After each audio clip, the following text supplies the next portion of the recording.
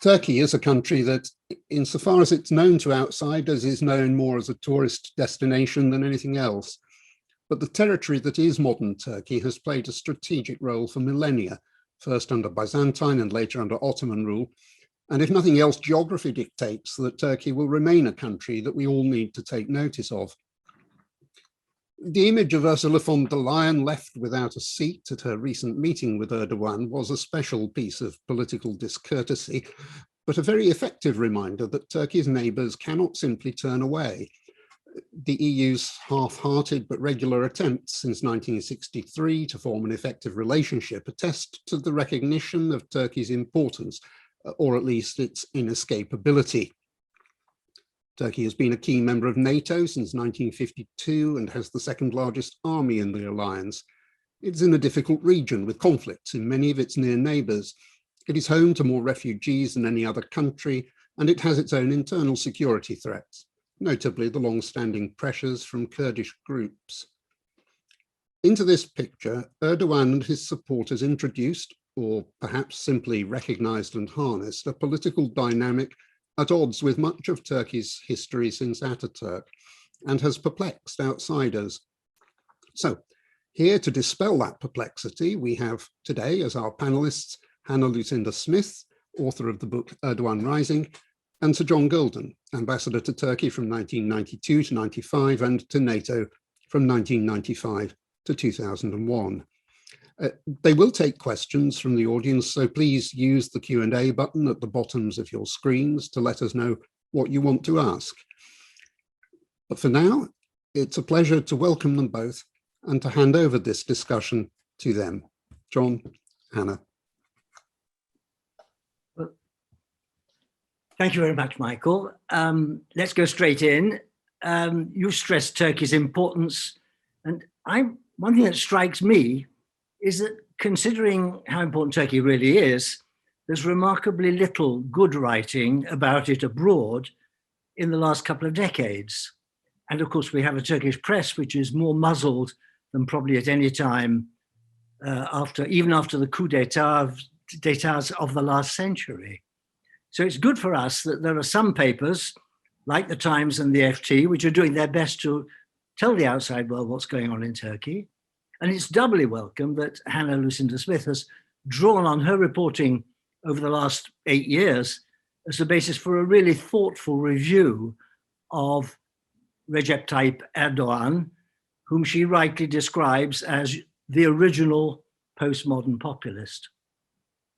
Now, Turkey watchers, especially Turkish speakers like me, are pretty snooty about new arrivals in our field. So I read Hannah's book with my usual pedantry and ready to pounce on any mistakes that she made. But I quickly relaxed as I realized that she really does know her Turkey, and there was a great deal in the book for me to learn, not just the historical facts, but those vivid cameos which good journalists can create in order to help us understand complex matters. And it certainly is a complex picture.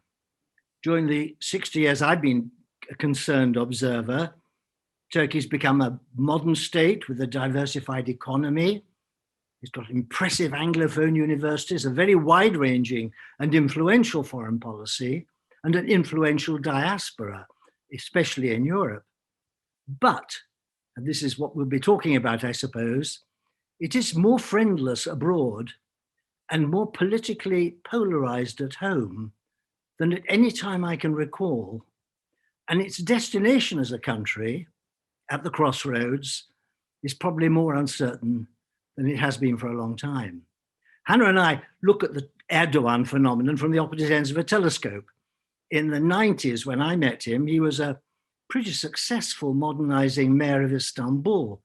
And many hoped that he might be the person to continue the good work of Turgut Özal and go on to develop, to establish a sort of progressive, modern, Western Muslim democracy close to the West that at the same time balanced the small-town conservatism of the majority against the secular republicanism that had been imposed over many decades by Kemal Atatürk and the Kemalists.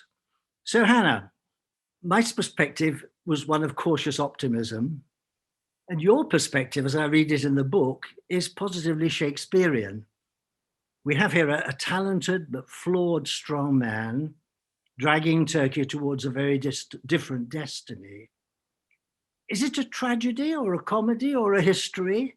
And which Shakespearean character comes closest in your view?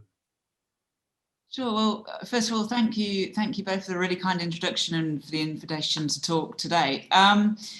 Is it a tragedy or a comedy? I mean, as anyone who has spent time in Turkey or watching Turkey knows, there are a lot of comic moments, even when the general picture is really bleak. It's one of the things that, as it sort of keeps me here as a journalist, I guess. You know, it always surprises you with these comic moments. But I think, yeah, we can't see Erdogan's story as anything other than a tragedy. You know, as you say, for a man to start out with such promise, you know, the period where you were watching him, even to the period when I first arrived in Turkey in 2013. I mean, I think among a big part of the Turkish society already, his star had fallen or was falling. But, you know, still, he offered some hope, and particularly, you know, regionally, it was still thought that Turkey might be a kind of model for the Arab region as it emerged from dictatorships. If the Arab Spring was going to bring a new wave of democracy, it was thought, you know, Turkey might offer a model. But clearly, that's all gone very, very wrong. If you'd asked me a year ago, I probably would have said he most closely resembled Macbeth. You know, his ambition, leading him into tragedy. But these days, I would say Lear. I would say King Lear.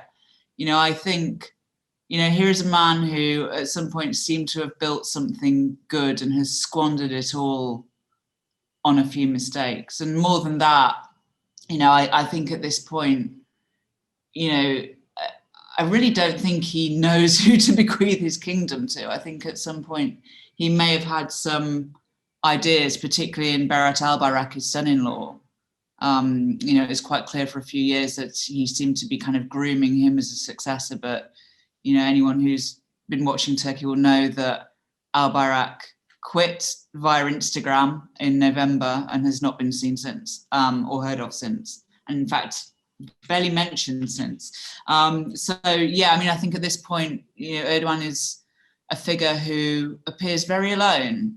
You know, he is there in his palace in Ankara. In fact, over the past year, in the early stages of the pandemic, he spent a lot of time in one of his palaces in Istanbul. But very much alone, very much surrounded by a small circle, and a circle who I'm not sure he can fully trust. There are, you know, signs of infighting and ambitions, personal ambitions within that circle. And I think, you know, these days, Erdogan himself is quite an isolated figure. Yeah, I mean, as you say, his circle has greatly shrunk, and in recent years, his ratings haven't been very high, and he hasn't had very spectacular electoral successes. He's usually won by quite small margins. The economic data, of course, is quite gloomy at the moment. So it's fair to say, since you published the book, which is now a year and a half ago, his position has probably weakened further since then. Yeah. I mean, you mentioned in your introduction that there's not many books about Erdogan, and I think one of the reasons is because you never quite know what's going to happen next. You know, publishers always ask, I think, you know, how does it end? And the thing with Erdogan is his story still hasn't ended, and that was kind of proved when 6 months after I published my book, he had his biggest setback in his whole career. I'd written this book called Erdogan Rising, and all of a sudden there was the first sign that he might be falling, which was the local elections in 2019. He lost control of Istanbul and Ankara for the first time since 1994. I mean, this is, a massive setback in itself, but also the way that he handled the defeat in Istanbul, I think, was even more devastating for him than the fact that he lost. The opposition candidate won by a very, very slim margin in the original elections. It came as a massive shock to Erdogan. He clearly wasn't expecting that loss. And he basically bullied the Supreme Electoral Council into overturning that result and recalling the election, and the opposition won by a massively increased margin, partly because the HDP, the main Kurdish party, decided to pull out, and a lot of their votes went to Ekrem İmamoğlu, the CHP candidate, and partly also because a lot of people who had voted for the AKP candidate in the first round were so horrified by this kind of naked anti-democratic display that they switched their vote. They either withdrew their vote and didn't vote altogether, or they switched their vote to the opposition.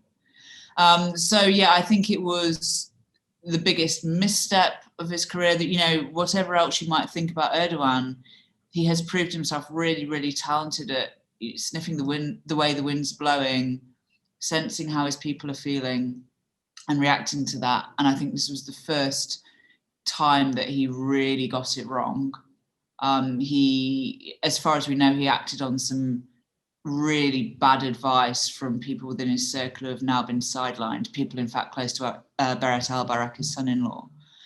And also in terms of an electoral result, it was the first time that an election hasn't gone his way. I mean, I guess we could also count the June 2015 elections where he failed to win an outright majority, but it's certainly the first time that he's outright lost somewhere that he really desperately wanted to hang on to. Your book describes almost a series of different Erdogans going back to the 90s. I detected probably 4 different Erdogans, and probably since the book, we might even have seen a 5th. Do you think that he always had a deep-laid plan, is he a strategist, to take Turkey in the Islamist direction that it's been going? Or do you think he was just opportunist and pragmatic, as well as being a very shrewd political operator? Yeah, it's one of the, I think that's one of the kind of questions that you hear most, not just asked to journalists, but also asked between Turks themselves. And, you know, one of the really interesting things, you talk to, you know, Erdogan's opponents these days, and I'm talking about sort of normal people, not politicians, and they'll say, we always knew that he was planning this. Of course he was. Yeah. And, you know, they can't all have known because they voted for him at some point, or at least a lot of them did. But, you know, my personal reading, I think, is that, you know, the main difference between Erdogan and Ataturk is that I really believe that Ataturk was a visionary. I think that what he did, whether or not you agree with his vision and whether or not you agree with his methods of executing it, I think he had a vision for Turkey. And I think that vision was one that he genuinely thought was the best thing for his country, not for personal enrichment or power or anything else. I think he thought that was the best thing for Turkey. Now, Erdogan, on the other hand, is a pragmatist. I don't think he has some, you know, grand defining vision. I think he'd like Turkey to be more religious. I think he'd like to raise a pious generation, as he's talked about. But I think his number one aim, and especially now more than at any other time, is staying in power. And I think he's very, very skilled at using whatever ideology is needed at that time to do that. So, yeah, the 3 periods that I've witnessed, so leaving out the sort of early period that you saw during your terms here, I would say from in the early AKP era, it's what I would sort of loosely term his liberal era. I never really like using the term liberal when it comes to Turkey because I don't think the Turkish liberal bloc really exists. But, you know, certainly I think in his early era, he, you know, tried to build this broad church. So not only religious people, but business people and the more socially liberal people who could kind of come together against army tutelage, I guess, and against the sort of constraints of Kemalism. So, you know, it's not a stretch for a secular person to, you know, be against the headscarf ban in universities. You know, any person who's liberally minded is going to be against that, right? So I think he was very effectively played on those, you know, deep frustrations in Turkish society at that time.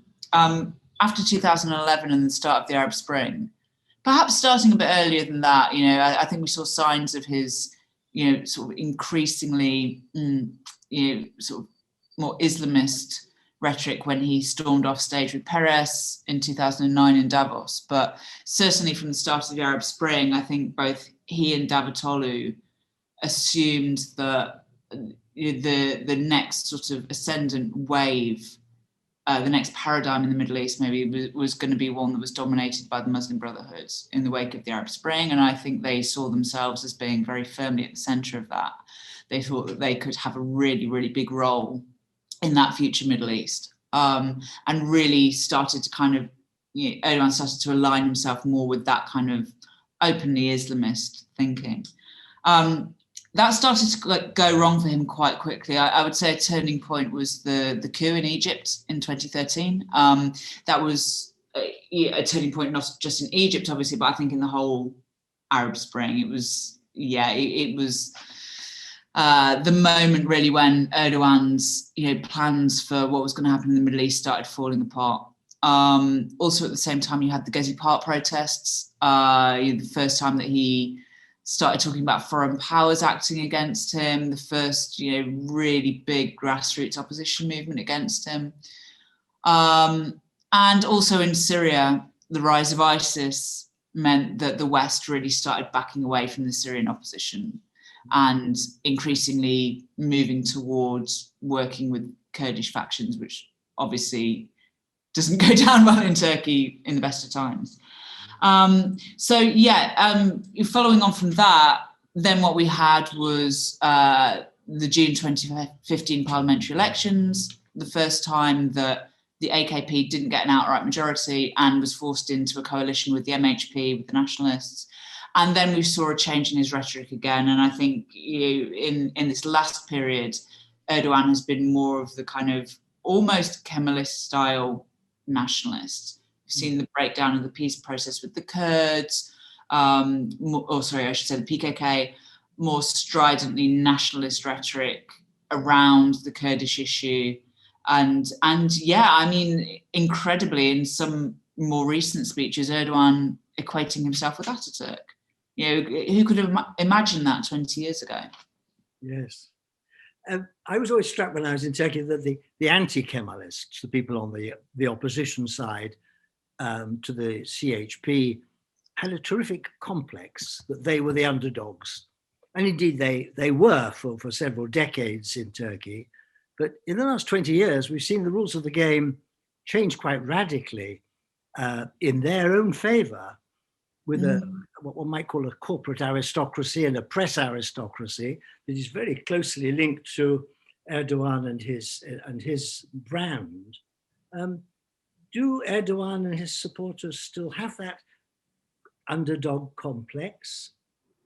Amazingly, they do. Yeah, and nakedly so. I mean, I remember probably 4 years ago, certainly after the coup, I was talking with somebody who's very much part of Erdogan's circle, and her husband was doing his PhD at that point, and she talked about how the Kemalists running the universities were still keeping her husband from completing his PhD.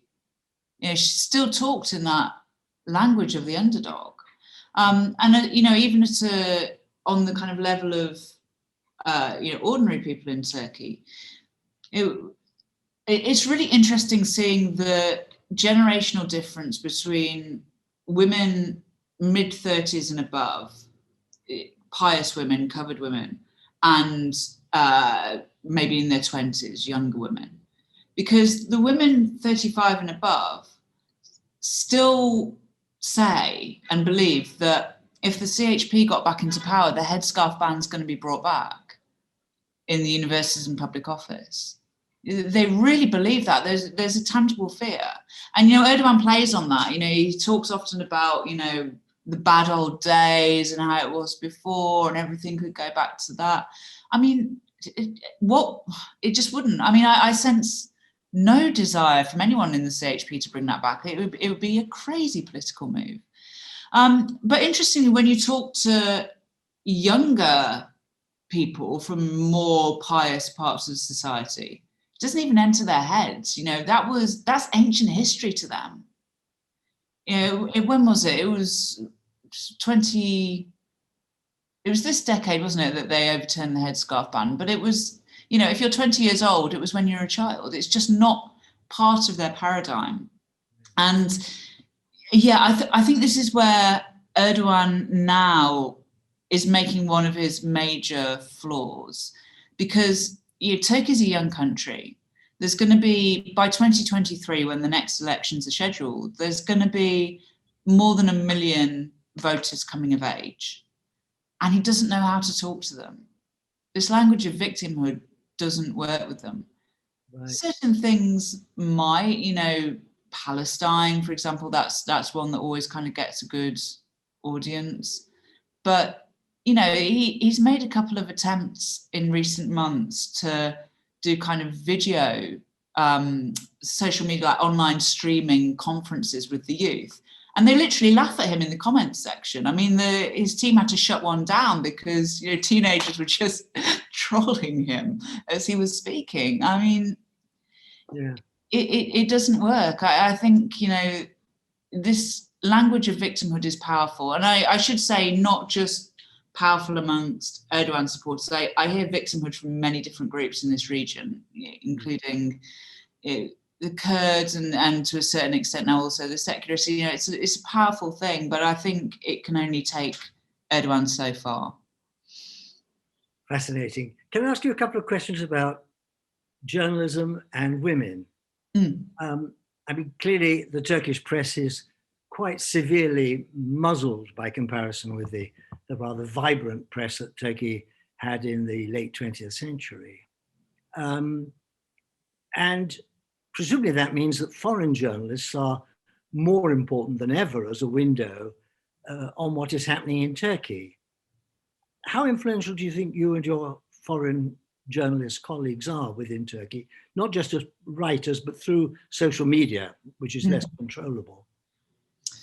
That's a really interesting question. I mean, I don't want to sort of overestimate, my own importance or influence at all. I mean, I think, most Turks don't speak great English, or certainly not good enough English to be sort of reading the English language press every day. So I think, by that fact, it sort of does limit the reach somewhat. Having said that, a lot of what we write is picked up by people like BBC Turkey, and also some of the opposition newspapers as well. I mean, actually it's copyright theft, but we sort of choose to ignore it because at least there's something getting out there. But certainly when I write a story that hasn't been reported yet in the Turkish press, there will be opposition outlets translating it into Turkish and republishing it. So I think there is there's some, let's say, trickle down, and certainly I haven't got a massive Twitter following, but there are foreign journalists that have built up a kind of big following.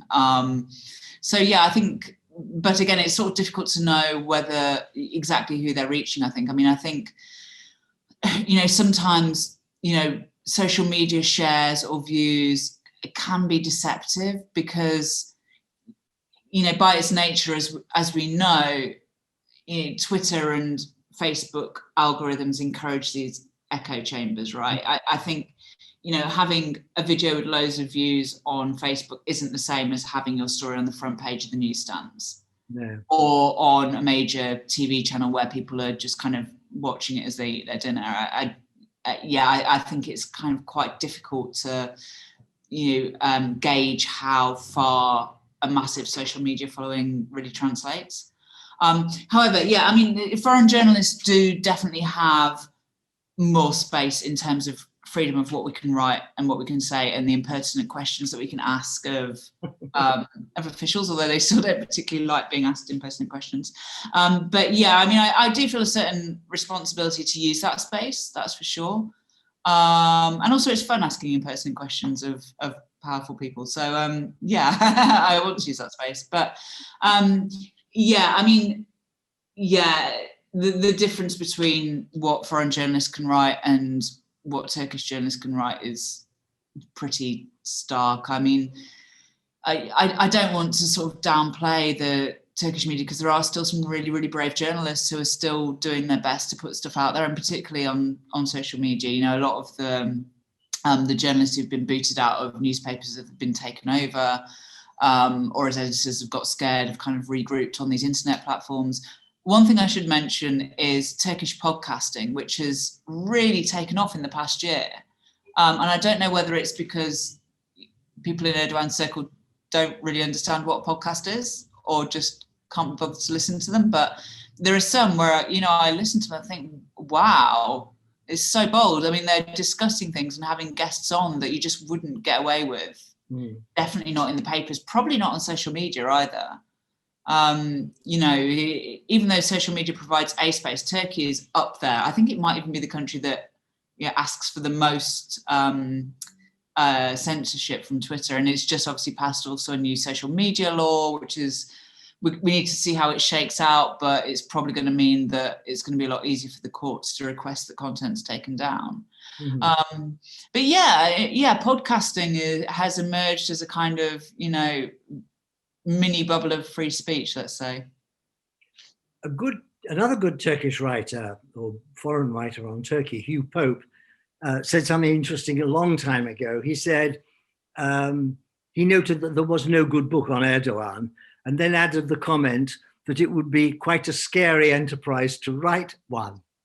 Have you actually encountered any sort of negative vibes from your warts and all portrait of Erdogan?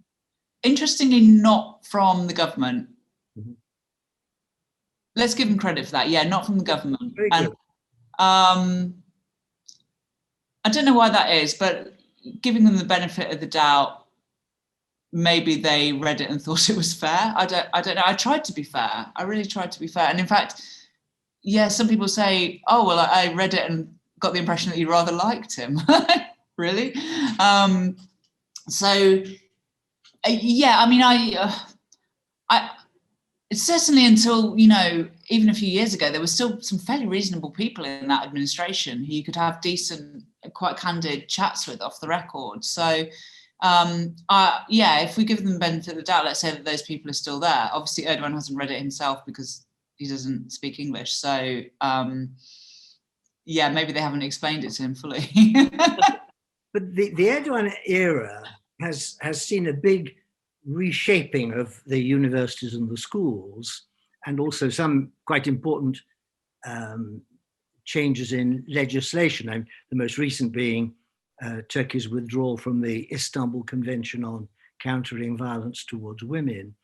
How far do you think this rather conservative educational reform and curriculum that's been imposed, how far does that affect women? Is it harder to function as a female journalist, not a foreign female journalist, but say as a one in Turkey? Yeah.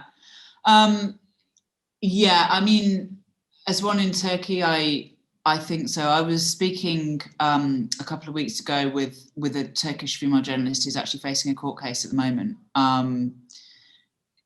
I won't say her name because the case is still ongoing, so I don't want to sort of get her into more trouble. But I asked her, the case is nothing to do with, you know, women's rights or anything like that. But I asked her, why do you think that you've been targeted out of everyone? She said, I think it's because I focus on women's rights and LGBT rights. And this is part of a, you know, I think it just plays well with the base to go after someone like me. Yeah. I think it's always quite difficult to measure the effects of, you know, what's coming out of, you know, Erdogan's mouth or the mouths of his ministers or people in the Diyanet or, you know, even the scrapping of the Istanbul Convention. You know, it's quite hard to sort of link that to what's happening on the ground. You know, when the Istanbul Convention was withdrawn, of course it was awful. But I also sort of thought, well, things are pretty awful for women anyway. I mean, it's not like it was ever really properly implemented. You know, still as a woman in Turkey, as a foreign woman, I think you're in a stronger position. But as a, you know, I think many Turkish women wouldn't want to go to the police if they were sexually assaulted. You know, you hear these endless stories of, you know, women being killed by their partners, and then it emerges that they'd gone to the police again and again and again prior to that happening, and nothing had been done. So, yeah, but I mean, I think it does all have a cumulative effect. You know, the kind of rhetoric that comes from people in power, you know, things like the head of the DNet saying that, you know, what did he say about LGBT? I think he said at some point that COVID was being spread by gay people, and he certainly called them, you know, carriers of disease, and, you know, things that you expect to hear in a horrible theocracy. And yeah, you know, the scrapping of the Istanbul Convention, the fact that gay pride is virtually not allowed anymore. I think it does sort of empower people in Turkish society who are homophobic and chauvinistic anyway to, you know, act on that. There's been some really, really horrific, you know, murders of trans women in Istanbul over recent years. And, you know, I do wonder, you know, does the fact that you've got a government in power that's basically saying these are freaks and perverts and, you know, an aberration, does that in some way empower these people to think, well, yeah, okay, great, I can do what I want? I think probably it does. In fairness, these are problems, these culture war type problems are pretty rife in all of our societies. Yeah. It seems to be going through a similar process to lots of other places. But you mentioned Erdogan's wish to create a pious generation. He's been in very considerable power for nearly 20 years. Has he created a pious generation? Well, certainly, if you take a walk 5 minutes from my flat down to the seaside right now, you'll see a huge swathe of people sitting and drinking beer. So it depends where you go and who you talk to. I mean, I would say no. I mean, certainly, I don't think for the amount of effort he's put in, he's got the rewards he might have wanted to see. The BBC did a great report a few years ago where they talked to teenagers who were at Imam Hatip schools. So these are the religious schools that Erdogan set up. Well, not set up, sorry, expanded. He went to one himself. They were, in the early Republic days, they were considered very much the sort of poor man's choice. You couldn't go to university if you'd been to one. Yeah, and he's really expanded them to the extent that there's some neighborhoods where they're literally your only choice, unless you have the money to send your kid to a private school. So the BBC spoke to some teenagers who are going to these schools, and they found that a huge number of them were not saying they were Muslim, they were saying they were deist. You know, they believed in a god or many gods, not necessarily Allah.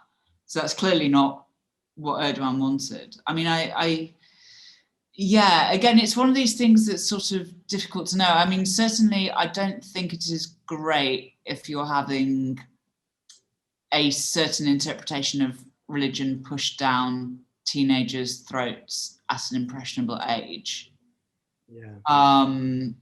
And, you know, many Turks are rightly worried. You know, some of my friends say things like, you know, how can I have a child in this country? Because unless I have the money to send them to a private school, they're not going to get a proper education. You know, I think, you know, aside from the worry of, you know, religious indoctrination, that's the other worry, that just the quality of the education is not very good. So, you know, increasingly we're sort of seeing things like, you know, Darwin being taken off the curriculum and things like that. And, you know, in the wake of the coup, compulsory classes about the coup, and yeah. So, yeah, I mean, I think there's sort of not the bigger worry, but the bigger effect so far, let's say, is on universities. There's certainly been an academic brain drain in recent years, you know, on top of the Turkish academics who've been sacked or put in prison or left the country. I think if you're a foreign academic at this point, with your choice of universities to teach at, probably Turkey's not going to be the top of your list, right? Unless you've got a prior interest in Turkey, which is really sad. I mean, you know, one of my friends, I think he's just graduated from Boğaziçi, But when he started, Boğaziçi was in the top 100 in the world. And in the time he was there, it dropped off the list, and the good professors, a lot of the good professors left, and all sorts of things happened. And the university that he graduated from wasn't the university that he enrolled in. So by comparison with most countries in the region, Turkey has a pretty rich hand in good universities. And it's sending out a lot of very bright young Anglophone or foreign language speaking students. I would say the predicament of Turkey may not be as good as it has been. It may not have reached its full potential, but compared with most neighbors, it's a pretty good educational machine still. Yeah, absolutely. And, you know, one of the really frustrating things that makes me want to shout at my television screen here is, you know, so there's been big protests at Boğaziçi University, Bosphorus University, recently. And yeah, this is an Anglophone university. It is the kind of long been considered the cream of the crop. It was Robert College prior to becoming Boğaziçi. And some of the statements coming from, you know, Erdogan's allies were talking about, oh, these elites, it's just a university for elites, for liberal elites. Well, you know, my friend who I just mentioned, he's no elite. He's from a family in Umraniye. He's just really smart and worked really hard, right? And, you know, okay, it's been the choice of the elites, but it was also a public university that if you were bright enough and worked hard enough, you could get into. And with the government's decimation of the public universities, all that is left now really are the private universities. So it's become even more elitist. Yeah. This is great irony. The Turkey you're describing, which is the one sees mainly in the big cities, is also, of course, the Turkey that the 2.5 million British tourists would see if they were coming to Turkey this year, with its sort of Club Med atmosphere and its very modern lifestyle. But only the most intrepid journalists and others actually venture into the villages and small towns of central Anatolia. But of course, it was there that Ataturk's revolution started, and it was there that the Islamist political renaissance actually began as well. Where is the soul of today's Turkey? Is it on those big coastal cities and the resorts? Is that where the center of gravity is moving? Or is there still that very large central Anatolian stability, which is providing a kind of counterweight to what the foreigners see?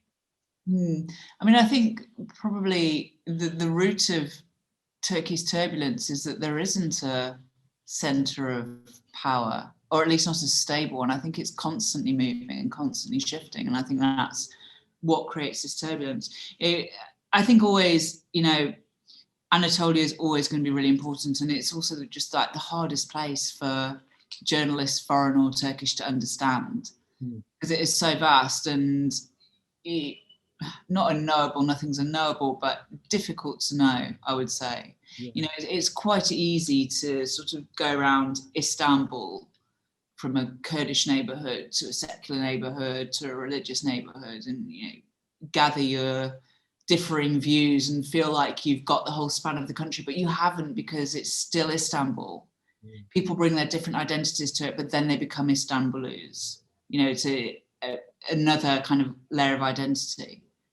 What I do think is, you know, I think that center of power is shifting back towards, not back towards Istanbul, but I think the opposition's victories in Istanbul and Ankara is shifting the power away again from Anatolia, perhaps back towards the West. However, you know, I think the Kurds still have a massive role to play. I mean, I think ultimately, as they were kingmakers for Erdogan back in the early days, yeah, I think they're going to be kingmakers again. Clearly the opposition has built up some momentum in recent years, but I still think it cannot win either presidential or parliamentary elections unless it's in a really strong coalition with Kurdish party. Well, that brings us to the K question. Erdogan seems to have followed a very similar trajectory to his predecessors. He begins as a mild liberalizer, talking about negotiation, and he finishes up on the old policy of basically repression, trying to close down indeed the HDP and undermine the municipalities that it seized control of. But we all know that Turks and Kurds cannot be separated in Turkey. They're integral. There's not a separate geography, which is to be called Kurdistan. Istanbul is a huge Kurdish city too. What do you see as the scope for the vast Kurdish people of vast but very different population of people of Kurdish descent being reconciled to today's Turkey, which has become much more mono-ethnic over the last 2 generations and rather more nationalistic? If we're talking about a kind of resumption of a peace process, I'm pretty despondent about that at the moment. I think probably that can't happen until there's a change of government in some form, whether that's, you know, the MHP not being part of a coalition and some other party going into coalition with the AKP, or a complete change of government. I don't see the will from either side. You know, going back to the breakdown of the peace process, I don't think it can be blamed entirely on Erdogan and the Turkish government. Yeah. There were developments in the region that made it impossible for that to hold. I mean, principally the war in Syria and the rise of the YPG there. You know, for all the kind of, you know, verbal gymnastics that the US tried to do around the YPG, you know, rebranding them as the SDF and bringing some Arab fighters alongside them. They're a branch of the PKK. I mean, there's no 2 ways about it. In late 2013, so well before the US and the world had heard of the YPG, I spent some time with them in northern Syria, and they were open about it. I mean, they were ex-PKK fighters. Most of them were from Turkey, and they'd come over the border in the ceasefire time. Now, I think the rise of the YPG in Syria emboldened the PKK to try doing something similar in eastern Turkey. Yeah, I mean, clearly the state's response was what we'd expect, but completely disproportionate.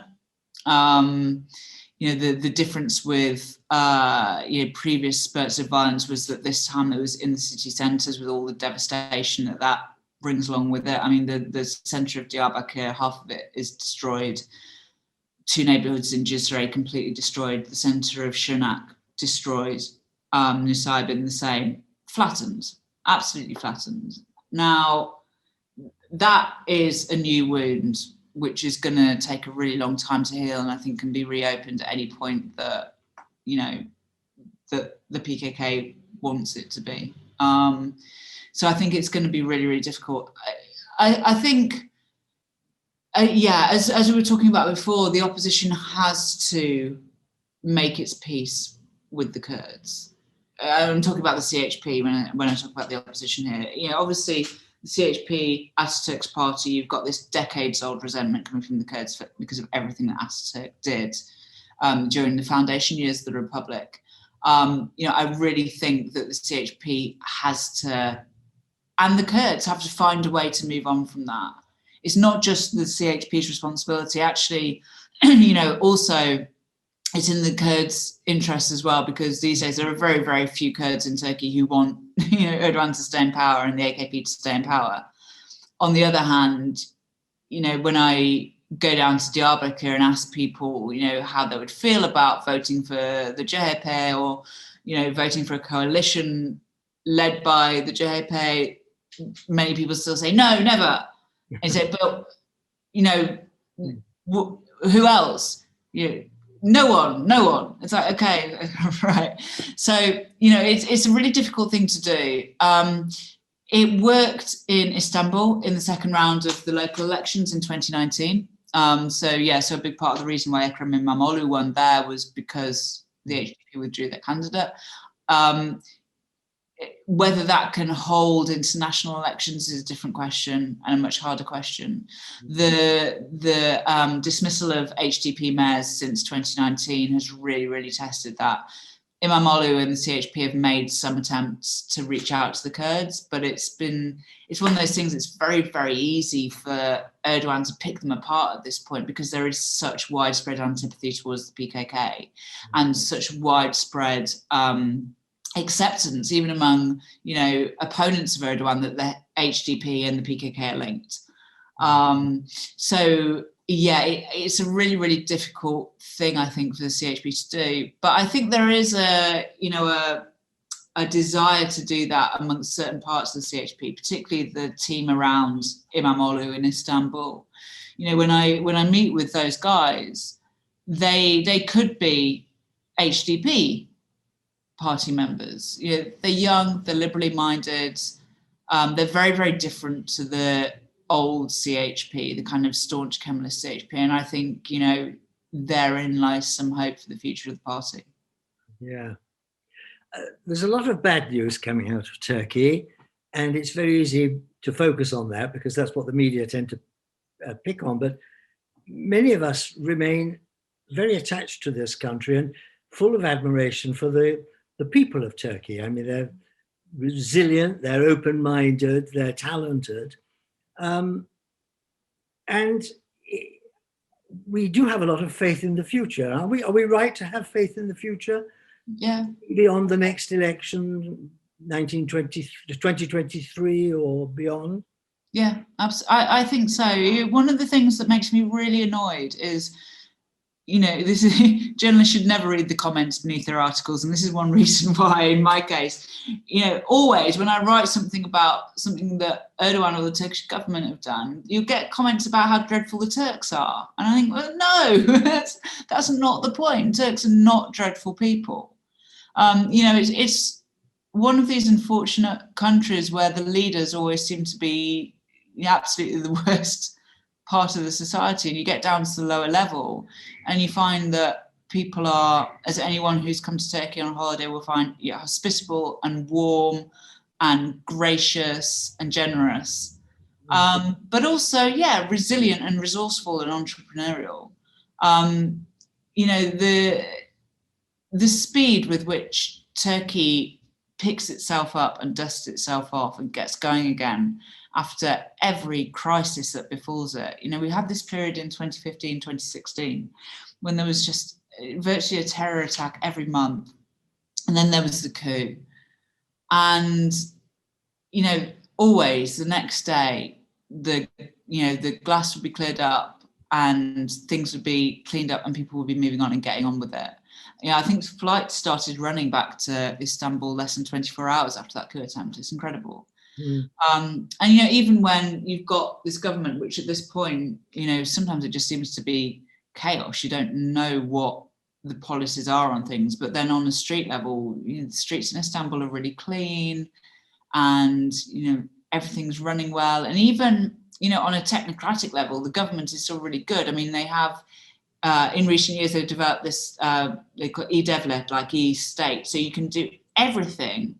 All your contacts with the state is online. It's an amazing system. You book your vaccination appointments, or I go online and it's got all my medical data from the years that I've been in Turkey, all there, and amazing. I mean, do you have that in Britain at this point? Limpingly. Okay. So with things like that, it's just really, really good and really organised. And I do think, if Turkey can pull through this current period of, political turbulence and instability in a, let's say, an organised way, I think it can rebound very quickly, economically, politically, in terms of its standing in the world. I think there's still a huge amount of goodwill towards Turkey, i.e., from what I understand, even the new US administration, for all the kind of really hawkish signals that are coming out publicly, want to make contacts. And they're really, really bright, imaginative, resourceful, worldly people. I think that's the key thing, worldly. That's the difference that I find between Turks and, say, Syrians. Yeah. You know, when you look at somewhere like Syria, which has been under dictatorship for decades, and you just feel like it was, as you know, a country and a society on life support, just nothing there. Lovely people, but socially, educationally, and just nothing kind of behind it. Whereas in Turkey, I mean, these are people who are just really connected with the world, and you know, really have a good idea of what's going on and how they can succeed. So yeah, I am optimistic for the future. I'm glad to hear that, because that's very much my view too. I think short-term pessimism, longer-term optimism is probably the best posture.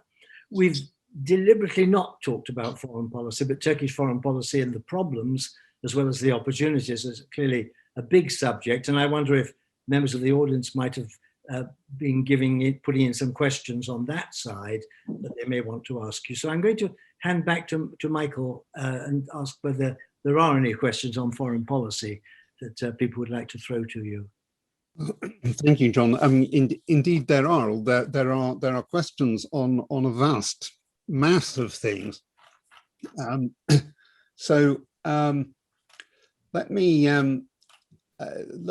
me start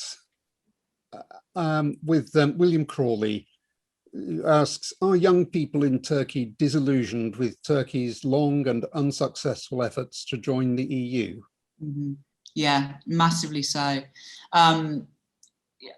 Forgive me for not having the exact statistics to hand, but approximately when Erdogan became prime minister, 2/3 of Turks wanted to join the EU.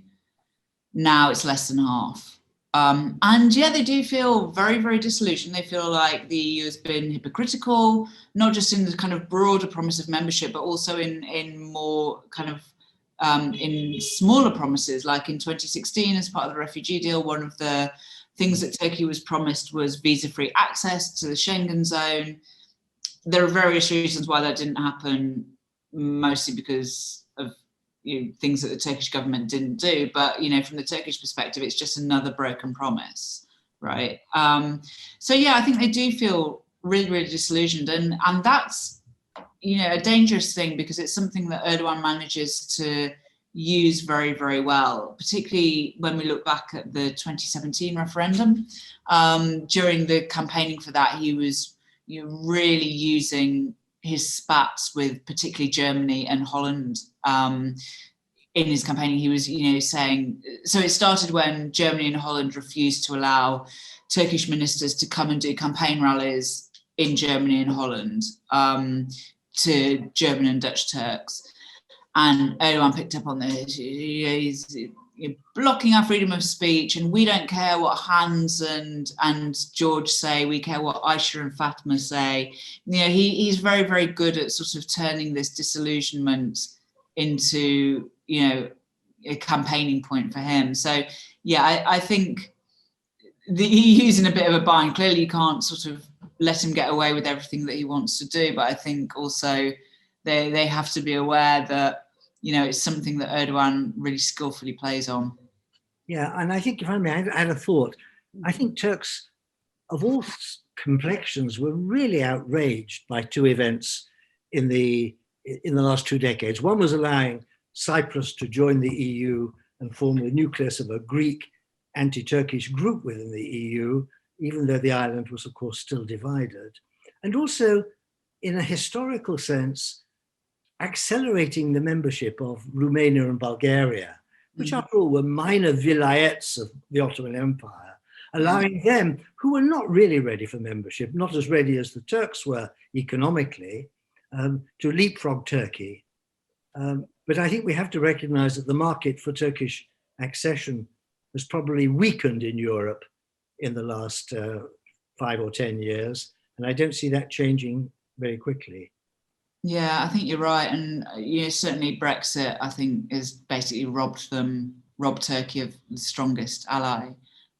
You're absolutely right about Romania and Bulgaria. I mean, it's it's a really striking thing to drive across that land border, because you go from like lovely new roads and, you know, great service stations and everything very kind of efficient and modern on the Turkish side, to sort of potholed roads and, you know, not much working on the Bulgarian side. And you think, you look at the kind of EU flag and think, okay, I've just crossed into the European Union. Yeah, you can really, I mean, I totally get why Turks are really, really not happy about it. And it is, you know, there was blatant Islamophobia behind them not being allowed to join, and hypocrisy when it came to Cyprus being allowed to join, absolutely. And again, you know, the Turkish Cypriots are in a really horrible position.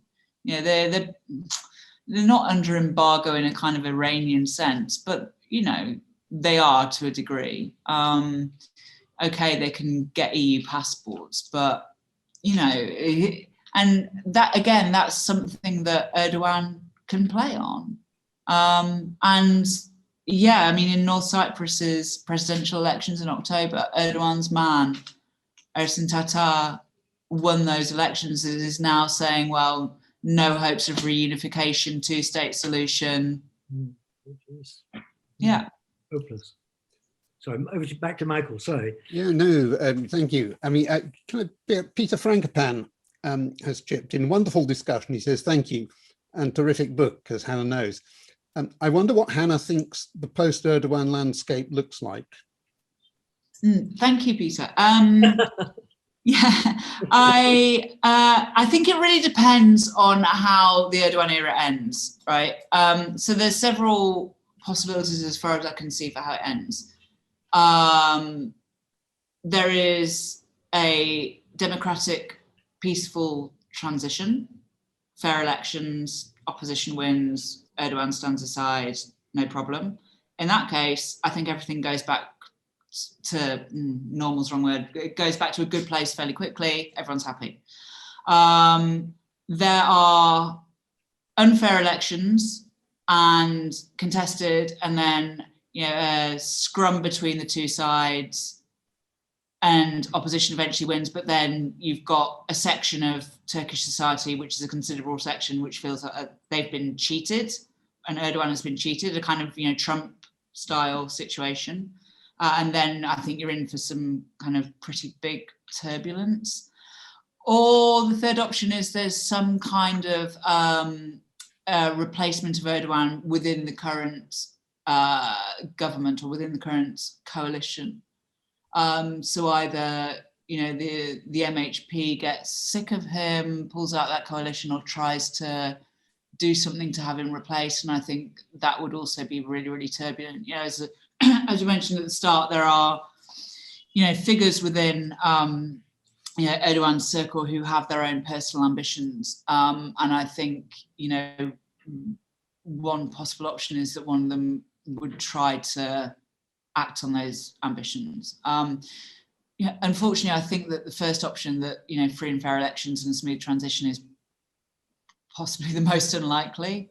Maybe I'm just cynical from being a journalist through 2 elections in Turkey. But yeah, I think in the end, it will be okay. I mean, if you look at the kind of broader scope of Turkish history, there's always this, you know, turbulence and things, you know, going bad and then getting a bit better and going worse again.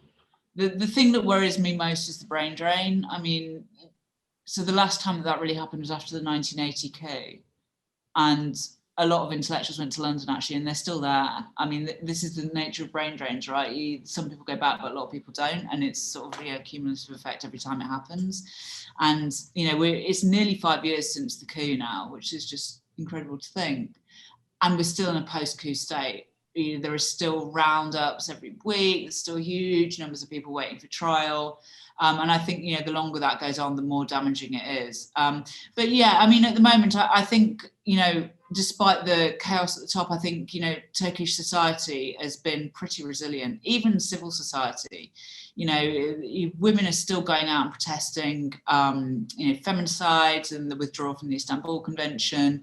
You know, LGBT groups still have a crack at doing Pride every year, even though they get tear gassed every time.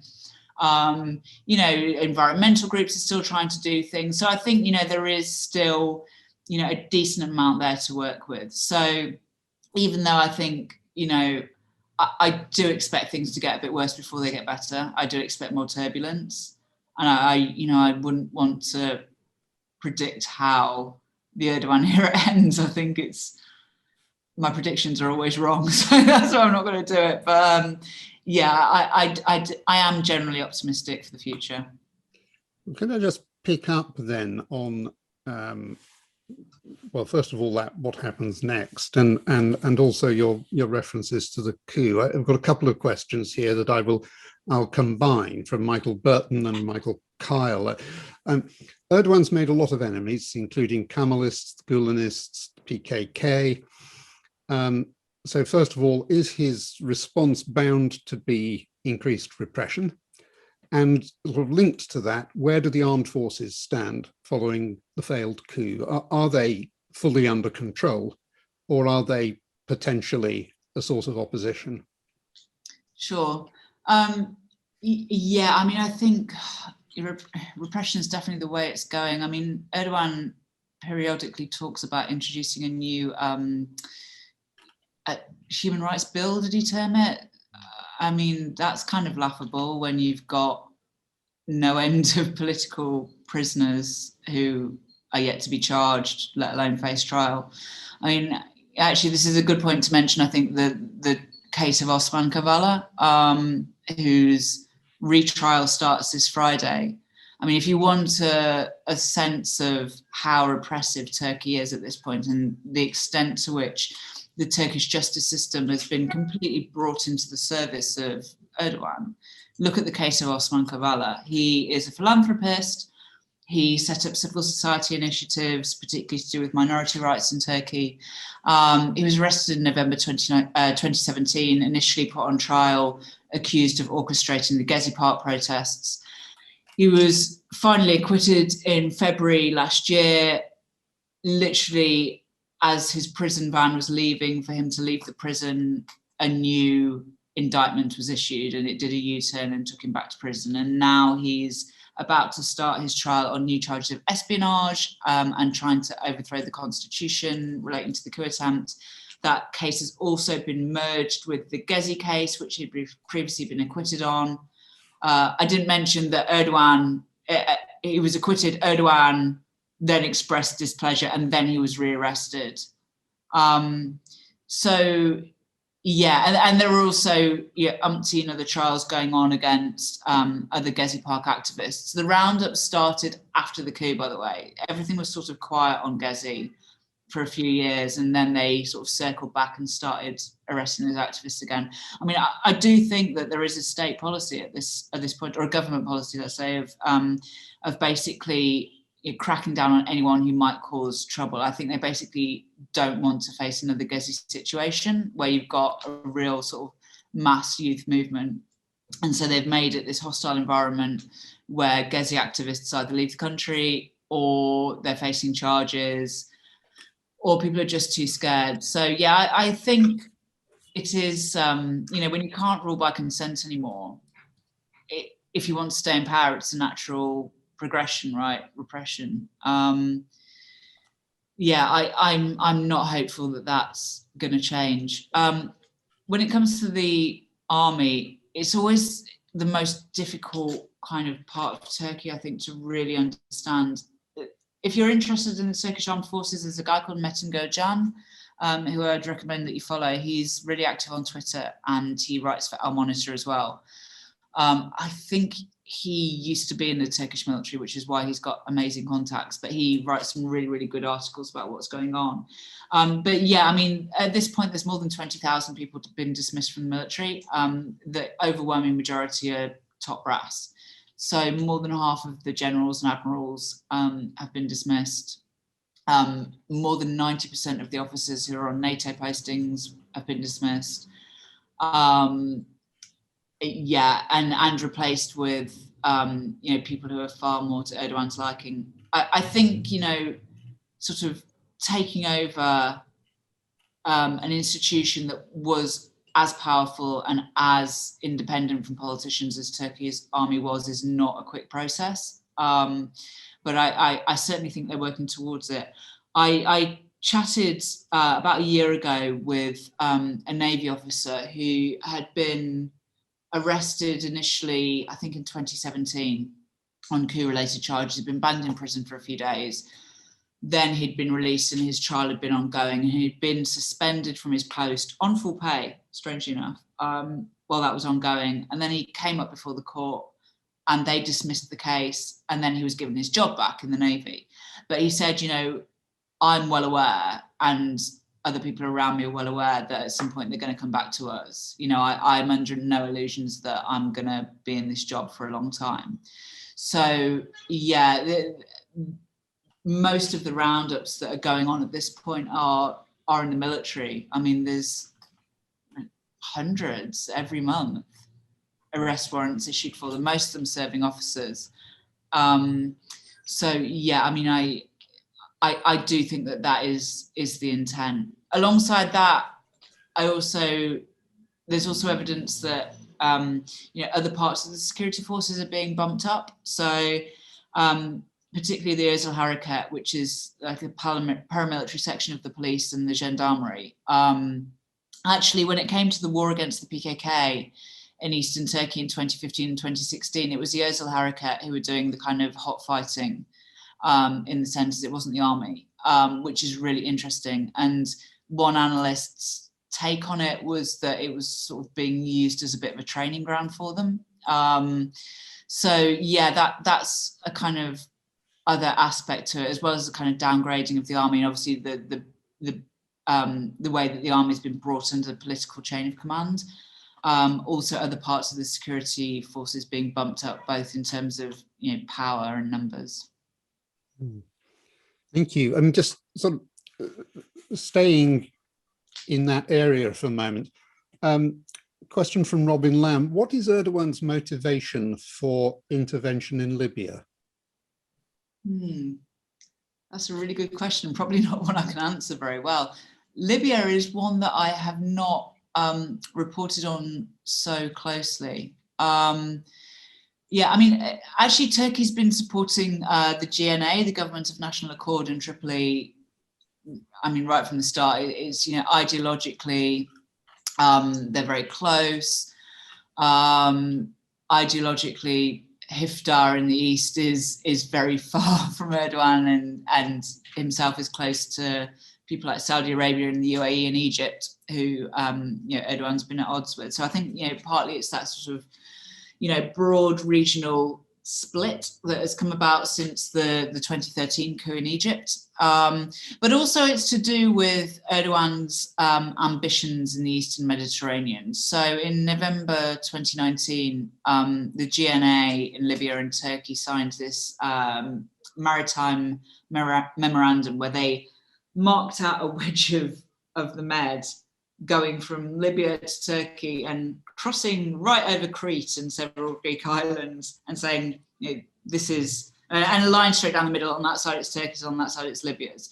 And that was the kind of precursor to all the tensions that we saw in the Eastern Mediterranean last summer, with, you know, Greek warships and Turkish warships coming very, very close to each other on exercises, and these fly past by the Air Force and so on.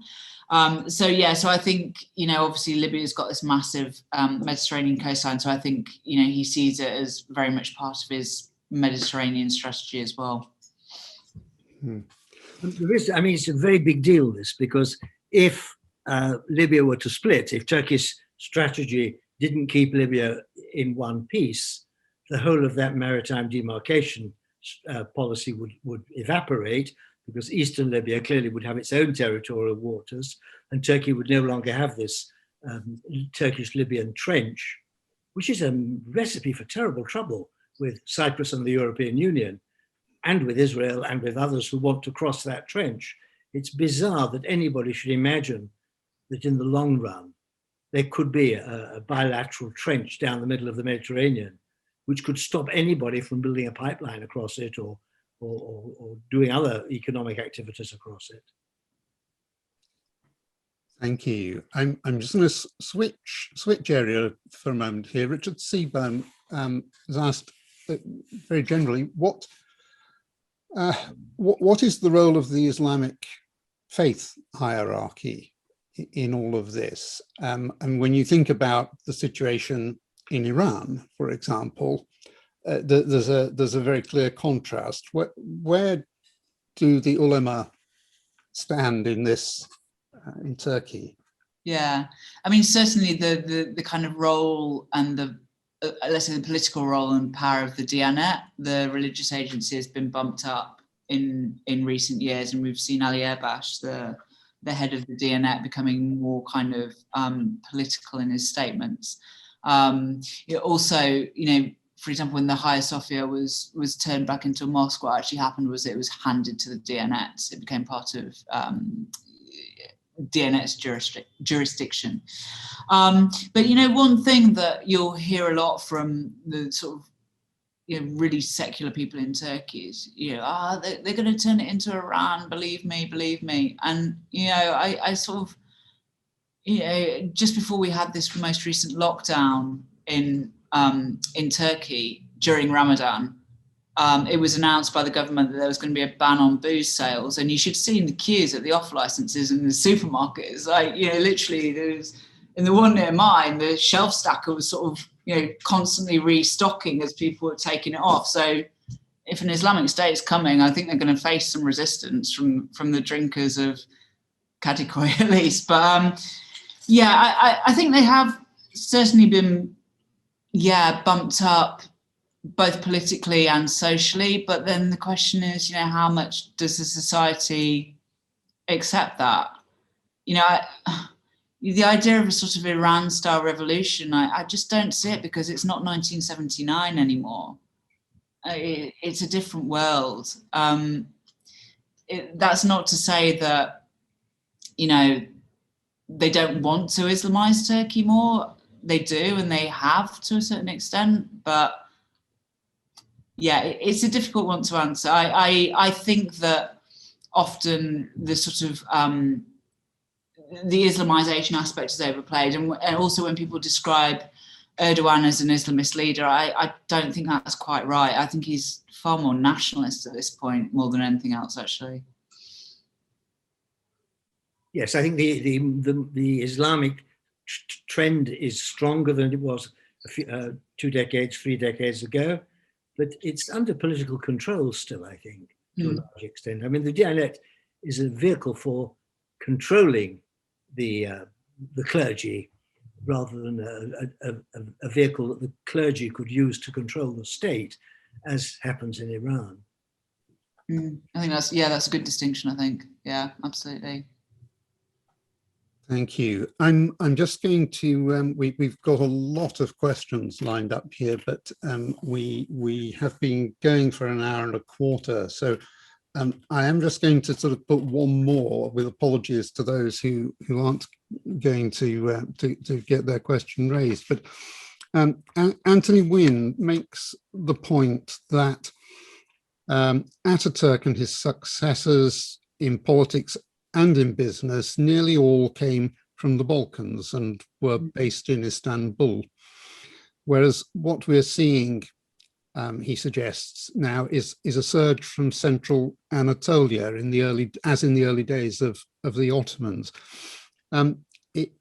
Is that too simplistic a way of looking at what is happening? I think it's a great way of looking at what's happening. This is one of my pet theories that I like to expound on when I've had a few glasses of wine. You know, people often talk about the main cleavage in Turkey being between, you know, secular and religious. Obviously, that cleavage is there. You know, it's one of many that kind of cut across each other. But I think, you know, actually the cultural cleavage is far more interesting and far more important. Yeah, I mean, as you say, not only did, you know, Ataturk and the Young Turks, they were Balkan Turks. They came from Macedonia and Greece and yeah, places in the Balkans. But also a lot of the opposition now to Erdogan, people like Meral Akşener, the leader of the E Party. Is Davutoglu and Babacan? I'm sure I was reading something about that recently. But yeah, I mean, I think this is a really one of the main cultural cleavages, and you know, people like to lump Turkey in with the Middle East a lot of the time. I lump it in with the Balkans. I think of it far more as a Balkan country, particularly in Istanbul and the West. I mean, you know, the similarities between Izmir and Thessaloniki are just unbelievable, and Edirne feels like a Balkan city.